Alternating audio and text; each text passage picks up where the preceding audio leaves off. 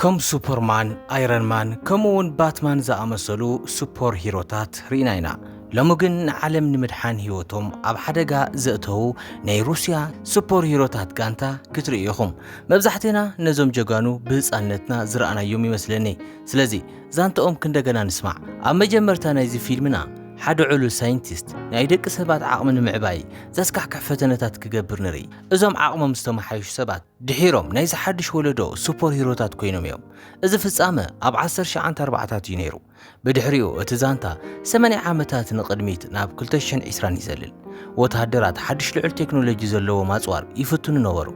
بروكيت تكوستي طيت الكترومagnetic بلس مقايري سيستمات سسبنشن كالوت معولات تكنولوجيات نستعاطق روبوتات سريحم يوم ازوم روبوتات نعلامهم برحقت بعلم كلليون كوقعن زخوليوم بهندبت جن السيستم فشلو اتوم روبوتات دما تأزاز مقبال يقوارسو اتخونتات ازيو سلس بلاشي اتوم سراوي تانكتات كمزو تقدرو يخون بر اتوم روبوتات نتن تانكتات عنيوان نتوم متهدراتون قتلوهم بدحر تقع زلو اوغار زورات استبهال سب كوينو ناي الكترومagnetic بلس سيستم تتقيمو نتوم روبوتات تقاصيروم يو قصيلو تمريتنا ناب اب مسكوس تجبره لعلوى اخبا يسغاغر لعلوت مكونناتن مرحتن اوغار زورات من مخانو تمايايتو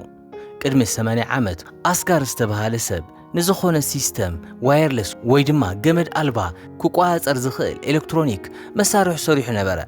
نابنت نت مسارح انت غيركايو ماكينه اب قدمي خنتلان بيدكا ملكت بمهاب كتنقساسات خريخه جن اوغار دغاغيم فشليو ابز منغوزي مسارح فيكتور بخمي سوبر وتهدرات كم زفطرو يمرامر نبره نتوم وتهدرات مسرح اوغار مبخان غزين ገንዘብን ይመስል ነበር ናይ ቪክተር መደብ ግን زياده ጠቃሚ ይመስል ነበር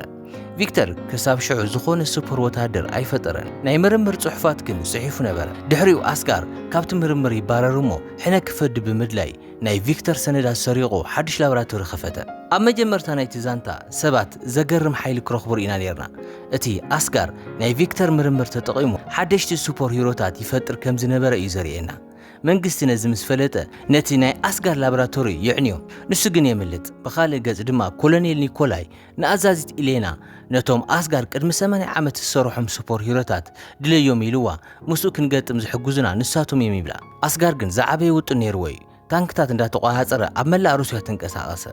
ኣብዚ መንጎዚ ኢሌናን ጀነራል ኒኮላይን ና ፓትሪዮት ከይዶም ፓትሪዮት ማለት ንመላእ ዓለም ዝከታተል ኣብ ዝኾነ ቦታ ንዘለው መሳርሕታትን ሰባትን ዝርዳእ ማእኸል ኣገልግሎት እዩ ፓትሪዮት ንዓለም ካብ ሓደጋ ንምክልኻል ዝተሃነፀ እዩ ኢሌና ንጋንታ ፍሉይ ሓይሊ ዘለዎም ሰባት ክደልዩ ኣዚዛ ተኸታቲሎም ክረኽብዎምን ኣንጻር አስጋር ሓድሽ ውግእ ክጅምሩን ትዛረቦም ሪፖርታቱን ክመጽ ይጅምር ገለ ሱፐር ሂሮታት ኣብ ሳይበሪያ ገሊኦም ድማ ኣብ ሂንዲ ገሊኦም ድማ ኣብ ጃፓን ኣብ ቻይና ከምኡውን ኣብ ስሪላንካ ነይሮም ብዙሓት ሱፐር ሂሮታት ተጠቂሶም ኣለው ኣብዛ ፊልም እዚኣ ግን 4 ካብኦም ጥራሕና ክንርኢ ስለምንታይ ከም ዝኾነ ኣብ መወዳእታ ከረድኦኩም እየ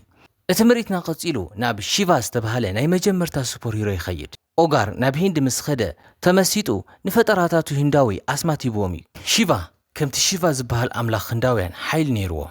ንመሬትን እማንን ክቋሃፀር ይኽእል ነበረ ከም ዝደለየ ቅርጽ እንዳትሐዘ ናብ ደስ ዝበሎ ቦታ ይልኾም ነበረ ኢሌና ንሺቫ ሓገዝ ክትሓቶ ኸይዳ ንናይ ቀደም ፈጣሪኻ ኦጓር ዝራት ረሲሕኻ ይትኸውን 8 ዓመት ሓሊፉ እዩ ሕጂ ግን ዓብዪ ነገር ይውጥን ኣሎ ንመላእ ዓለም ክቋሃፀር ይደሊ ኣሎ ስለዚ ከማኻ ዓይነት ሱፐር ሂሮታት ንደሊ ኣለና በለቶ ሺቫ ድማ እዞም ኩሎም ዓመታት ክነብር ፀናሕ ኩሉ ዕላማ ኣይነበረንን ሕጂ ሓድሽ ምኽንያት ይብክን ኢሉ መለሰላ ብድሕሪኡ እቲ ምርኢትና ናብቲ ካልኣይ ሱፐር ሂሮ ዝኾነ ናብ ካን ይሰጋገር ካን ኣብ ዝባኑ ክልተ ነዊሕቲ ሴፍ ተሰኪሙ ነበረ ሓይሉ ድማ ፍጥነት እዩ ልክዕ ከም ፍላሽ ብፍጥነት ብርሃን እንዳጎየ ንጽላእቱ ክወቅዕ ይኽእል ነበረ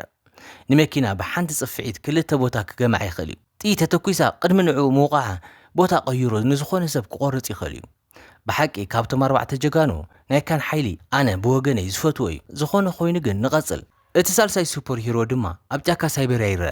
ሓደ እዋን ሳይንቲስት ነይሩ እዩ ወታደራት ክሕዝዎ ናብ ላብራቶሪኡ ምስ ኣተው ንነብሱ ብመርፊ ወጊኡ ናብ ዓብዪ ናይ ውግእ ድቢ ተቐይሩ በቲ ቅርጹ ነቶም ወታደራት ብሰከንዳት የጥፎም ስሙ ድማ ቫ ይበሃል ቀፂላውን ጋንጋ ዝተባሃለት ራብዒቲ ሱፐር ሂሮ ትመጽእ ኣስጋን ባናራስ ምስ በጽሐን ነቲ ቅዱስ ፈለግ ጋንጀረስ ምስ ረኣየ ነዛ ጓል ጋንጋ ኢሉ ሰይምዋ እዩ ሓይላ ድማ ሓንሳብ ናብ ማይ ምስ ኣተየት ከም ዘይትርአ ክትኸውን ትኽእል እያ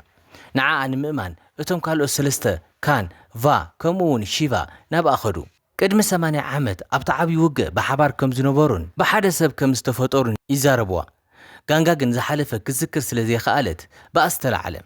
ንዋላ ሓዲኦም ክተለልዮም ኣይከኣለትን እቶም ሰለስተ ግን ኣረዲኦምዋ ብሓደ ሰብ ዝተፈጠርና ሓደ ኢና ሕጂ ድማ ንዓለም የጥፋ ኣሎ ንዓኺ ንደልየካ ኣለና ብሓባር ደው ክነብሎ ንኽእል ኢና ይብልዋ ኣብዚ መንጎዚ ኣስጋር ናብቲ ናይ ቀደም ላብራቶሪ ተመሊሱ ዳግማይ ሃኒፅዎ እዩ ከምኡውን ተራ ሰባት ፈፂሞም ክስዕርዎም ዘይኽእሉ ኣዝዮም ሓያላት ኩሎን ወተሃደራት ምፍጣር ጀሚሩ እዩ በቲ ካልእ ገጽ ድማ ኣፓትሪዮት ሰርቪስ ውሽጢ ኢሌና ንኹሎም ሱፐር ሂሮታት ኣኪባቶም ምስ ኣስጋር ብኸመይ ከም ዝዋግኡ ተመያይጦም ኣላ እቲ ጸገም ግን ንሱ ኩሉ ሓይሎምን ድኽመቶምን ሜላ ውግኦምን ይፈልጦ ነበረ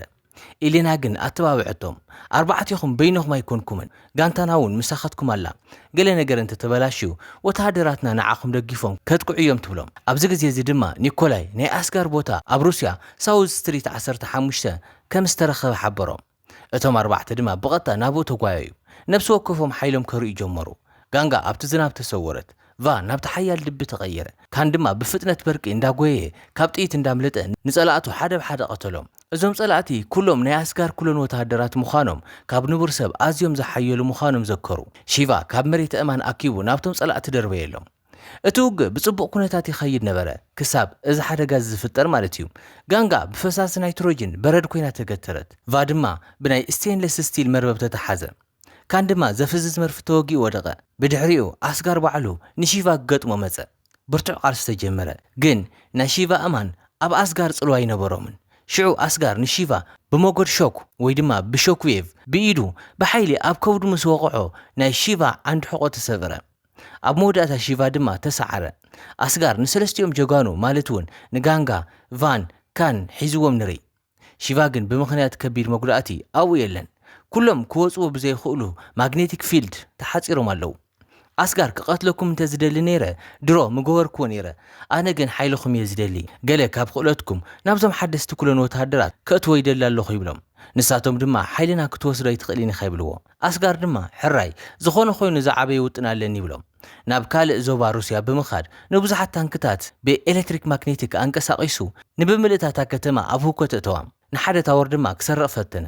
ኣብቲ ቦታ ብዙሓት ክሬናት ነይረን ኣስጋር ግን ብሓይሉ ደርበየን ኣብዚ መንጎዚ ኒኮላይ ክረኽቦ መጸ እዚ መተዓሻሸው እዩ እቲ ሓቂ ግን ኒኮላይ ንኢሌና ነቶም ሱፐር ወተሃደራት ረኺባ ናብ ኣስጋር ክተምጾም ኢሉ ኢኽዋ ሽዑ ኣስጋር ሓይሎም ንዝቕጽል ሞዱል ክጥቀመሉ እዩ መደብ ነይርዎ ኒኮላይ ግን ብምሽጥር ንኣስጋር ይሰርሕ ነበረ ናይ ገዛ ርእሱ ድሌት ንምምላእ ድማ ድርብ ስለያ ኮይኑ ምስ ክልቲኦም ይሰርሕ ነበረ ንኣስጋር ፕሬዚደንት ሩስያ ክገብሮ ክሓቶ መጸ ኣስጋር ግን ሓሪቑ ንዕኡ እውን ቀተሎ ቀጺሉ እቲ ናይ ኣስጋር ቀጻሊ ዓብዪ ተልእኾ ወሳኒ ዝኾነ ንክራከን ታወር ንርኢ ነቲ ታወር ድማ ሰረቆ ኣብዚ መንጎዚ ኢሌና ናብ ሺቫ ትኸይድ ናይ ሺቫ ዓንዲ ሕቖ ስለ ዝተሰበረ ኩሉ ሓይሉ ስኢኑ ተራሰብ ኮይኑ ጸናሐ ተዘክሮታቱ ድማ ንኢሌና ያካፍላ ንጓሉ ከመይ ከም ዘዕበያ ናብ ቤት ትምህርቲ ከመይ ከም ዝወስዳ ዝነበረ ክትምርዖ ከላ ከም ዝረኣያ ቆልዓ ክትወልድ ከላ ከም ዝረኣየ ንጓሉ እውን ብኢዱ ከም ዝቐብራ ይነግራ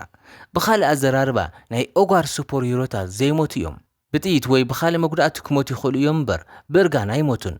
ኣብ ኣካላቶም ንእርጋን ዝከላኸል ሲስተም ይሰርሕ ነበረ ስለዚ እዩ ድማ ድሕሪ 80 ዓመት እውን ዋላ ሓዲኦም ዘይኣረጉ ኢሌና ንሓገዝ ብቐጥታ ናብ ቪክተር ትኸይድ ንሱ እቲ ንሱፐር ሂሮታት መጀመርታ ዝተመራመረ ዳትኡ ድማ ብኣስጋር ዝተሰረቀ እዩ እቲ ምርምር ናይ ቪክተር ስለ ዝነበረ ናይ ሺቫ ሓይሊ ዝመልስ መርፊ ይሰርሕ ኣብዚ መንጎዚ ምስ ኣስጋር ዝሰርሑ ዝነበሩ ወተሃደራት ድማ ነቲ ዝቕጽል ሞዱል ምምዕባል ጀመሩ ኢሌና ሸሊኻ ብምእታው ነቶም ካልኦት ሰለስተ ጋንጋ ካንን ቫንን ነጻ ተውጾም ሕጂ እቲ ኣነ ዝፈትዎ ክፋል ናይዚ ፊልሚ ካብዚ እንዳሓረ ዝጅምር ኢሌና ነፍሲ ወከፎም ሓይሎም ዘጉልሕ ፍሉይ ዕጥቂ ትህቦም ካን ካብ ናይ ቀደም ዝያዳ ውሕስነት ዘለዎ ክዳን ይረክብ ጋንጋውን ብዘይማይ ክትስወር ዘኽእላ መሳርሒ ዘለዎ ክዳን ረኸበት ቫውን ኣውቶማቲክ ማሽንጋን ረኸበ ብኢዱ ዝቋሃፀሮ ኮይኑ ናብ ድቢ ምስ ተቐየረን ሙሉእ ሓይሉ ምስ ተጠቐመን ግና እቲ ብረቱ ቫ ናብ ዝረኣየ ቦታ ባዕሉ ነፃፂሩ ይትኩስ ታዕሊሞም ድማ ብጽቡቕ ኸደ ነፍሲ ወከፎም ንጸላእቲ ንምጥፋእ ክዳውንቶምን ሓይሎምን ተጠቐሙ ምድላዋቶም ድማ ተዓወተ ኣብዚ መንጎዚ ኣስጋር ክራከን ታወር ሰሪቑ ኣብ ማእኸል ከተማ ኣብ መንጎ ሰማይ ጠቀስ ህንጻታት ሰቆሎ ናይ ታወር ንቡር ቁመቱ 500 ሜትር እዩ ንሱ ግን ተወሳኺ 300 ሜትሮ ንላዕሊ ሰቂልዎ ጠቕላላ ቁመቱ 800 ሜትሮ ኮይኑ ካብ ጥቕሞት ንሱ ምስቲ ብ1960 ዝተወንጨፈ ሳተላይት ብቐጥታ ክራኸብ ይኽእል ነበረ ኣውቶማቲክ ሬንጅ ክፍጠር ይኽእል ነይሩ እዚ ካብ ኒኩለር ቦምብ ኣዝዩ ዝሓየለ እዩ ኒኩለር ቦምባ ንሓንቲ ከተማ ክዕን ይኽእል እዩ እዚ ግን ንመላእ ሃገር ካብ ጠፈር ከጥፍእ ይኽእል ነበረ ኣስጋር እዚ ሓይሊ እንተረኺቡ ንመላእ ዓለም ክቆፃፀር ይኽእል እዩ ስለዚ ጀጋኑና ነቲ ሞድል ብምሽጥር ንምጥፋእ ናብቲ ታወር ኸዱ ነብሲ ወከፎም ናብ ዝተፈላለየ ቦታ ተንቀሳቐሱ ኣብ ታሕተዋይ ክፍሊ ድማ ምስ ጸላእቲ ተዋግኡ ኣብቲ መኪና ደው ዝብላሉ ቫ ምስ ብሮቱ መጸ ካን ድማ ካብ ሰማይ ወረደ እቶም ካልኦት ደይቦም ነቲ ሞድል ምእንቲ ክዕንዎ ገመድ ቆረጸ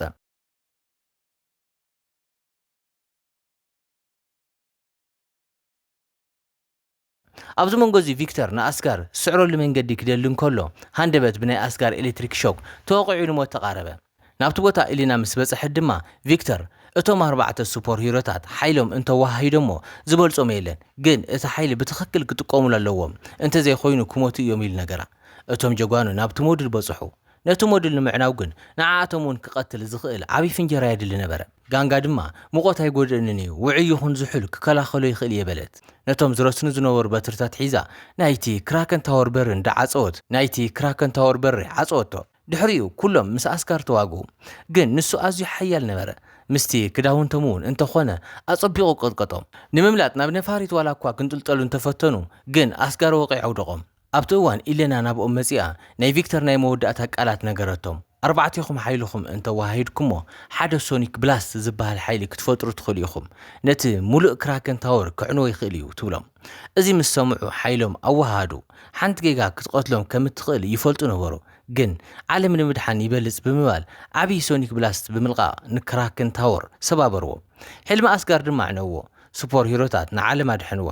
ኣብ መወዳእታ ንኢሌና ካልእ ሓደጋ እንተመጺኡ ብሓባር ክንቃለሲና ኢሎም ቃል ኣተውላ ፊልምና ድማ ኣብዚ ይውዳእ ኣብ ድሕሪ ፊልም ዘሎ ትርኢት ግን ኢሌና ብገበነኛታት ተታሒዛ ዝድለዩ ተወሰኽቲ ሱፐር ወታደራት ከም ዘለዉ ነጊራ ነይራ ኣብ መጀመርታ ኣብ ሳይበርያ ሂንዲ ቻይና ጃፓን ዋላ እውን ኣብ ስሪላንካ ከም ዘለዉ ሪፖርት ሰሚዕና ነርና 4 ጥራሕ እዮም ተረኺቦም ነይሮም እዚ ማለት ግን ተወሳኺ ሕቡኣት ኣለዉ ማለት እዩ ኢሌና እንዳተዋግአት ኮላ ፈርዖን ዝበሃል ሰብ ነቶም ገበነኛታት ክቐትልዋ ከም ዝለኣኾም ፈለጠት እዚ ማለት እቲ ዘይፍለጥ ፈርዖን እቶም ሱፐር ሂሮታት ክሓብሩ ይደለሎ ማለት እዩ ዝዓበየ ነገር ድማ ይውጥናሎ ማለት እዩ እዚ ካልኣይ ክፋል ናይቲ ፊልም ብርግጽ ከም ዝመጽእ የርእየና ማለት እዩ ግን ብወገነይ ብሃንቀውታ እየ ዝጽበዮ ዘለኹ እዚ ካልኣይ ክፋል ናይቲ ፊልም ተወፂኡ ግን ቀልጢፈ ናባኹም ከም ዘብጽሓ በዚ ቃል ከኣትወልኹም ይደሊ ናይ ሎሚ ሙሉእ ዛንታና ግን ነዚኣ ትመስል ነይራ ኣብ ኮመንት ከመይ ከም ዝነበረ ሓብሩኒ ስለ ዝተኸታተልኩም ድማ ብጣዕሚ እየ ዘመስግን ሰላም